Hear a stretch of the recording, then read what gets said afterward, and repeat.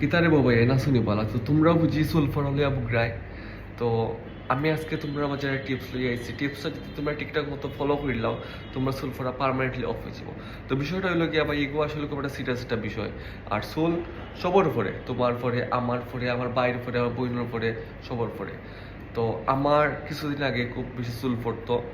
তো আমি আমার ফ্রেন্ড একটার কইসলাম ওলা কাহিনী। তো হে আমার সাজেস্ট করছে যে এগুলোর বুঝি ট্রিটমেন্ট আছে, তো বালা ট্রিটমেন্ট করাইলে বুঝি চুল পড়া কমে যায়।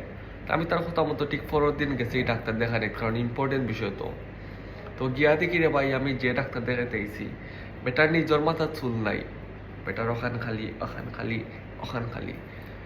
তো আমি ভাবলাম তার নিজের মাথার চুল নাই, তার নিজের মাথার চুল বাঁচাইতে পারলো না, আমার চুল কিতা বাঁচাইব, আমার হে কিতা ট্রিটমেন্ট করবো, আমি সুজা যাচ্ছি।